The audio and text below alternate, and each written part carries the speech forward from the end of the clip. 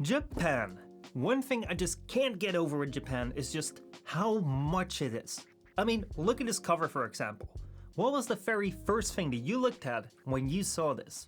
For me, it was this little grandma right here. And it aren't just the comic books which are like this. This really is one of those things where you just have to see to believe how much you're being bombarded with, well, everything.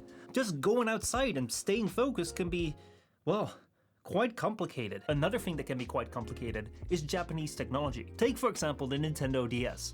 One of the best-selling handhelds, if not the best-selling handheld in the world, which was so forward-thinking at the time with like its 2 screens and a touchscreen, way before we had anything like smartphones. And oh boy, is this thing complicated. I mean, just look at all the bits and pieces around it, which, I mean, I took this thing apart one day thinking I could fix it up, and it's been like this ever since. Which is why the Nintendo DS is a perfect example of Japanese technology. Something that's very complicated, very futuristic, and sometimes a bit weird. So when I went to Japan last month, I kind of wanted to take something home with me to show you guys, something that was uniquely Japanese. A piece of technology with like a rich and varied history, and something that, unlike the DS, we've never seen before in the West. And oh boy, did I find this. Oh, you're stunned, aren't you? Who am I kidding? I mean, it's just a silly old public transport card. Look, we have the same thing here in Holland. However, I'd like to ask you not to underestimate the seemingly mundane things. Because even though these 2 cards look, act, and generally function in the exact same way, the ideas and technology behind them couldn't be more different. Which is kind of surprising because they're both trying to solve the exact same problem. What is that problem? Well, seeing as they're public transport cards, it's probably got to do something with buses and trains. Which, for my American viewers, they're like if you take a big truck and you extend the bed all the way, and then you go and put a whole bunch of seats in them so you can carry around a whole bunch of people in your big truck. Now I know the rest of us are just having a slight chuckle at the silliness of that explanation. I mean, how could I call a bus a big truck? I mean, come on, it's not like the very first buses were exactly made that way. Didn't I tell you not to underestimate the mundane? Now try and keep that in mind as we're going to explore a seemingly very simple problem. Because when you're driving around your bus or your train, you're gonna have people getting on and off all the time. So then, how are you gonna make them pay for it? Well, simple, right? I mean, you just sell them a paper ticket that says the station they got on, the station they get off, and it says the price that they need to pay for that fare. However, that assumes that people know exactly their stations to get on and off before they start their journey, and will also require you to have loads of different paper tickets with loads of different prices for each one of the combinations. One way that we can simplify this is by making people pay for a select group of stations, like for example by zoning them together. Right here you see that we start from one station and then we go to a group somewhere within zone 1 to 6, and anywhere within that, this is fine and the price will be the same. This gives us some flexibility in our pricing, this gives the traveler some flexibility in the tickets that they buy, and basically this makes this a whole lot simpler if I'm traveling by train.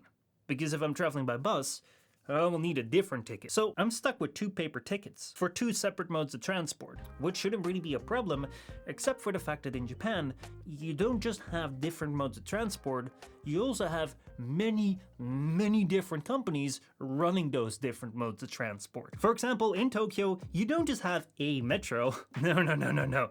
You have something called a Toei Metro line and a Tokyo Metro line.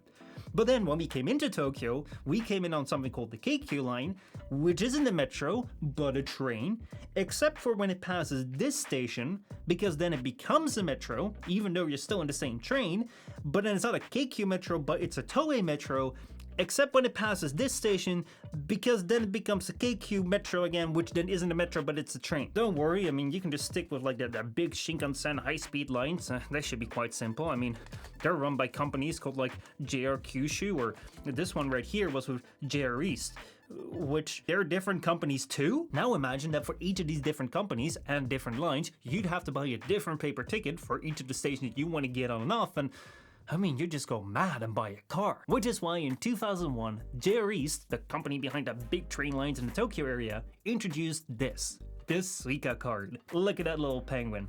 Yep, he's confident. He knows you need him. This card right here was kind of revolutionary at the time because it allowed you to put some money onto this card digitally and then pay with this card for your ride instead of having to buy a paper ticket all the time. And that technology was our good friend NFC. Yep, the thing that we use to tap to pay nowadays or find more information around museums or enter conventions with, The near-field communication that we use nowadays was the technology that's right behind this very SUICA card. But even though this technology is basically all around us now, how does it even work? Well, by very carefully taking apart one of these like one-day commuter passes, you can see all the pieces that make this card happen. Right here in the middle is the first part, which is like the power ring, where it accepts power from the reader like a wireless charger thing, and then with that power, it powers up this little chip right over here, which has the data on the card. That data is then transmitted right here via the antenna lines back to the reader, so that if I have an NFC reader on my phone, and then I take this card, and I put it right behind it, we can read the data that's on this very card. Then all you have to do is just take this data and tie it to some user on the server, and you can basically track someone entering and leaving stations, and then how much money you have to add or remove from their account. Then all that you have to do is just put up some gates in your station that allow people to tap the card, and if they have enough money on the card, you just let them through. No more need to be using paper tickets. Even though Japan had developed it, as Sony made this technology right here behind this card, the very first implementation of a card like this was actually in Hong Kong in 1997. Now, would you believe that this very thing actually becomes the link between this card and this card right here? Because around the turn of the century, our national train company, which is still using these simple paper tickets, decides that it kind of wants to do something else than paper tickets. And then they go on a business trip to Hong Kong in 1999, and they discover this. And they're like, maybe we should do that too.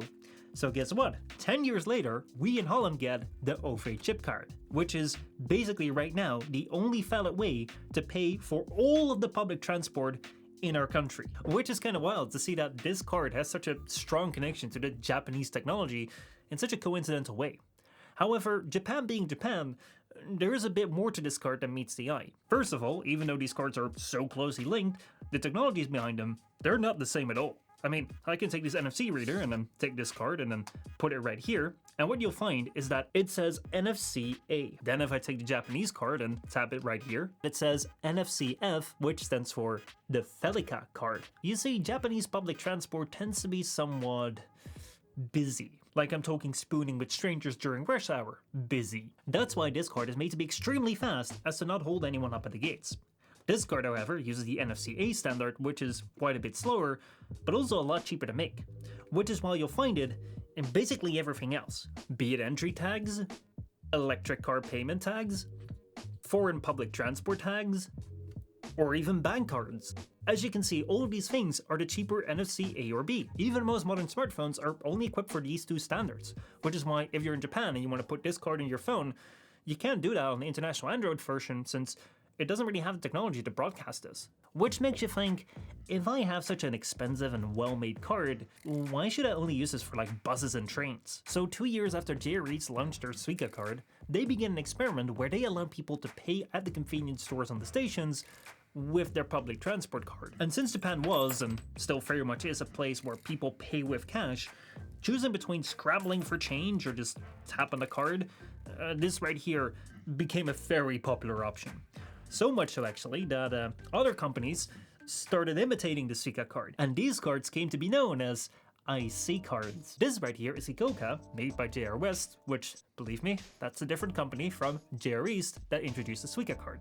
However, all that really matters is, do you prefer the penguin or the platypus? I'm leaning towards the platypus. This did bring about a new problem, which you may have already foreseen, where instead of having to carry all these paper tickets, now all of a sudden people have to carry around all these cards. So, like a true software developer, Japan tried to solve the problem of having too many cards by introducing another card called Posmo. This card right here would basically work on all trains and buses in the Tokyo area, including those that SUICA worked on. This kind of would have made SUICA sort of useless, except for the fact that right from the start, these two cards would now function effectively the same. It didn't take long for these other cards to also be incorporated into this group, which means that right now, if you're in Japan, you can pay for most of the public transport with whatever IC card you like. And since SUICA had already introduced this idea of paying for more things than just public transport with your card, now all of a sudden you could use these other cards as well to pay for a lot more. Do you want to grab a drink from the vending machine? Just tap your IC card. Want to use a public locker to put all your luggage into? Just tap your IC card. Want to play Mario Kart in the arcade? Just tap your IC card. It's incredible to see how they made this really fast, high-end card not just solve and unify public transport across the country, but also just make it a one-stop shop for, well, everything. Kind of makes you wonder, Why doesn't anyone else do this? Which brings me to the OFE chip card. A few years after they launched this thing in Holland, they tried to run the same experiment that JRE's did with the SUICA card. Basically pay for things other than your public transport. However, when they tried to do this, the Dutch bank stepped in and said, paying for things with money, well, a card, that kind of sounds like a bank card to me. And since our public transport companies aren't actually banks, they weren't allowed to do this at all. However, that did get them thinking. If all that we need nowadays is an NFC card with some money on it, and bank cards nowadays have NFC on them, then why do we still use this thing? So since 2022, you can now pay for every single public transport in the Netherlands with your bank card. Which actually makes a lot of sense. I mean, why would you put money from this card onto this card and then use that card when you can also just use this card?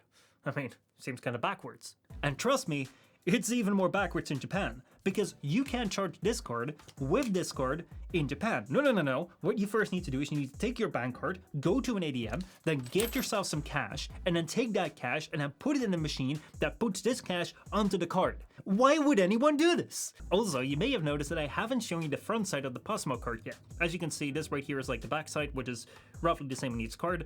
But there's a story behind why I haven't shown you the front yet. And it will make you doubt the system even more. When you're visiting Tokyo, you're probably traveling loads around the city, for which you'll be using the public transport, most notably the metro.